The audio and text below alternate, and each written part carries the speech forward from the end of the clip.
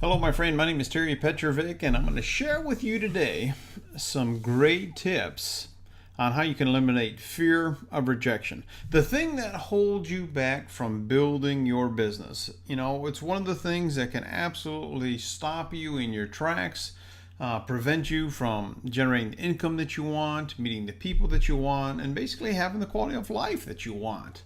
So, why is fear of rejection so powerful? Well, it's because you perceive that there's going to be or could be a great amount of pain involved. Maybe it's because you're concerned about what people will think of you. Maybe it's because you want people to accept you and agree with you. Sometimes we have deep inside us that need for approval. And it's okay if you have it, you just need to recognize it. And I want you to understand this. Just get this. If somebody rejects your offer, it's just that. They're not rejecting you as a person. They are simply just not interested in or attracted to or want what you're offering them. There's a couple different types of fear. The first one is emotional fear. And that's really the thing that holds us back in our businesses typically because we're concerned about what someone will say or think about us. The other type of fear is the fear of physical pain, actually getting hurt. Now, physical fear can actually protect you, so it's kind of a good thing. This is especially true when you're doing foolish things like somebody wants you to jump off a bridge into a lake or jump out of a perfectly good airplane. I can tell you a funny story about my son and I. We actually were swimming at this lake with some other friends. They had a boat. We stopped the place. We went under this bridge, actual road, and it was about 30 feet up. And my son Matt says, "Dad, let's jump off the bridge." And I'm like, "Are you crazy?" And then I looked at him and I said, "Okay, I'll do it." So we pull over, we walk up the bank, we get on top of the bridge, and I'm looking down into the water. I'm like, "Oh my God." Do I really want to do this? Am I going to get hurt? What's going to happen to my legs? But then, I said, you know what? What the heck? We're going to go for it. We're going to have fun. So count of three, 1, 2, 3, boom, we jumped, and it seemed like we fell forever, and then bam, hit the water, and we had a great time. We did it about 3 times. But it was that fear of actually getting hurt. And I remember the first time I jumped out of an airplane, and I was like, oh my God. But I knew I had a guy strapped to my back, and he was the guy who's really going to control the process. So I just knew, and I had faith. And sometimes you do have to have faith that you're going to be okay. But you know what? If you're in the middle of a bank robbery and a bunch of crooks say, "Lay down and don't look up," you better believe you better stay down and not look up. That's just smart fear. But in your business, that's typically not the type of fear that we face.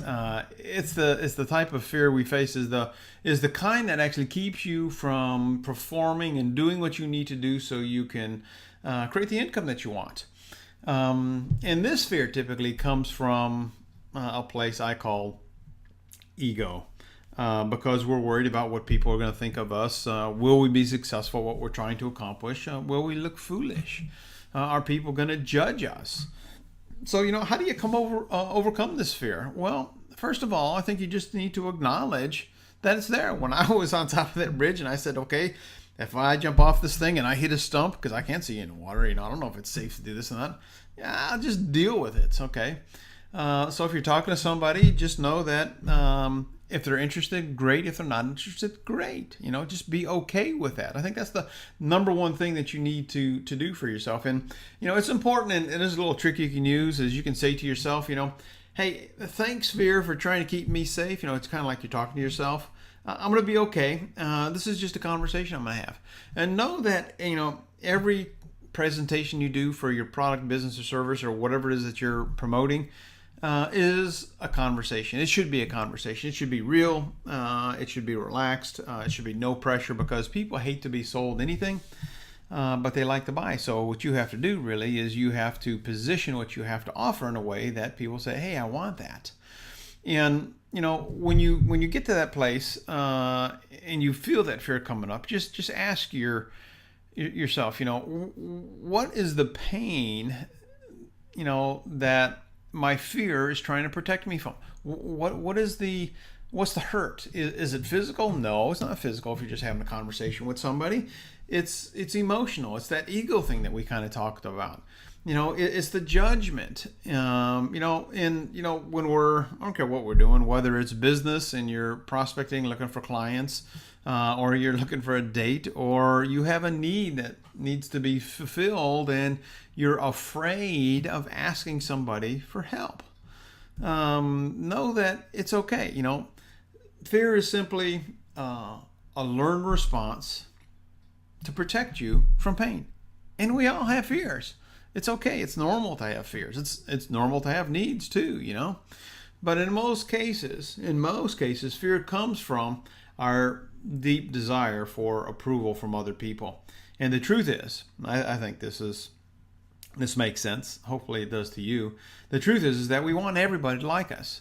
But the truth is, everyone is never going to like us. I mean, we're not going to please everybody. And I think, if you just have the understanding that people will judge you for what you do, who you are, clothes you wear, the car you drive, the place you live, the people you associate with. And that's called the fabric of life. That's just people. People do that, right? And it's okay. It's okay that they do that. When we look at it from our perspective, and you say, okay, what do you do? And when you're concerned about that, I think you just need to understand and realize that 80% of the people are not going to like you. They're not going to approve of what you do or what you offer or anything.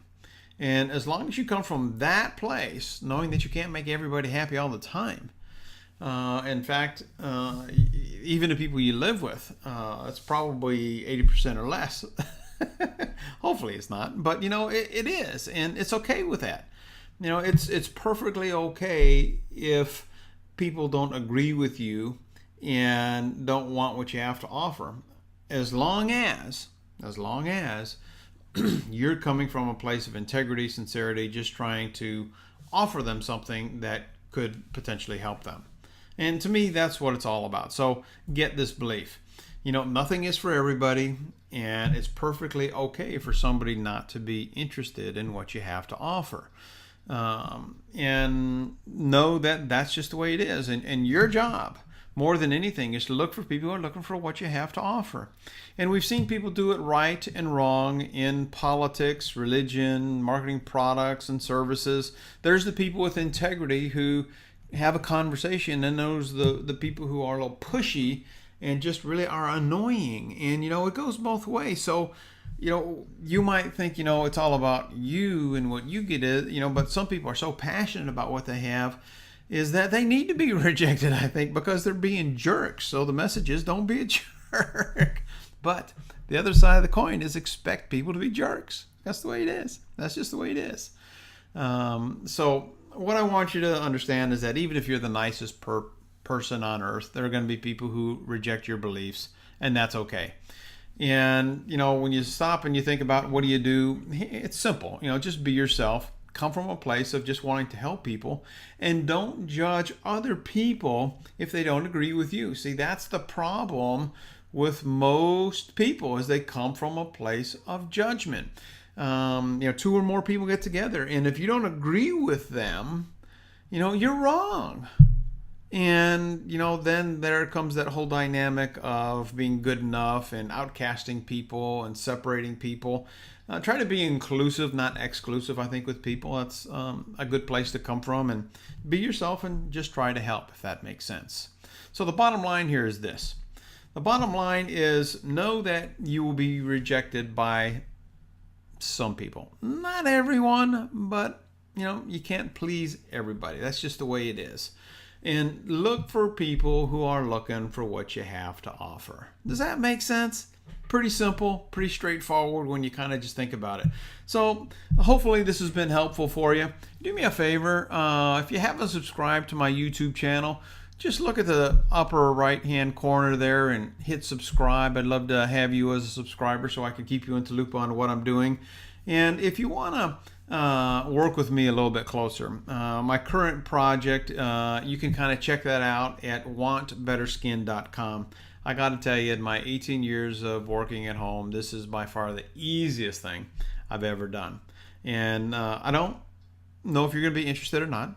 I'm not going to be rejected if you don't subscribe or don't check out my current project and you don't want to work with me. That's okay. I want the best for you, and I've been doing this for a long time, and it's all about being real with people, coming from a place of integrity and trying to help and make a difference. My name's Terry Petrovic. I hope this has been insightful for you. I hope it has been somewhat helpful for you. And understand, when you are out there doing your business and you're out there trying to market your products or your service, your job is simply to sift and to sort and to look for people who are looking for what you have to offer. The skill, if you really want to become a master in building this type of business and being really successful in our profession, the skill that you really want to develop in yourself is learning how to ask good questions. Because when you come from a place of asking questions, number one, you control the conversation. Number two, you don't have to worry about people judging you, because based on the questions you ask and the answers they give, it may be totally inappropriate for you to make them an offer of what you have in terms of your product or your opportunity, your service, or whatever. Maybe it's the date you're looking for. I don't know. But if you find out if somebody's in a relationship and married and happy, then it'd be inappropriate for you to ask them out. If somebody is not interested in, making extra income, it wouldn't be appropriate for you to push them to, do that. So be okay with, people not wanting what you have to offer, but really try to come from a place of help, sincerity, integrity, and just trying to make a difference in their lives. And when you go out there and you do the things that you do on a regular basis, and you just really try to connect people, and you try to help people, and try to help people solve problems, you're not attached to whether they agree with you or not. It's, I'd love to be able to point you in this direction. If it makes sense for you, great. If not, no big deal. And let me just close by saying this. If you're holding back and prospecting, just pretend you're the waiter or waitresses at the restaurant, and you walk up to a table and say, would you like the soup of the day? It's minestrone and clam chowder. And just know that it's okay if they get minestrone or clam chowder, or it's okay if they say, no, I just want a salad. So in terms of building a business, it's, are you interested in a product? Are you interested in a business? Or are you interested in none of the above? Don't be attached to the outcome, my friend. Be you, have fun, try to make a difference. Again, please hit subscribe, and I appreciate you being part of my community. Make it a better than terrific day and a prosperous one, because you absolutely deserve it. And remember, we're in this together, so if you have any questions, call me. That's what I'm here for. Bye-bye for now.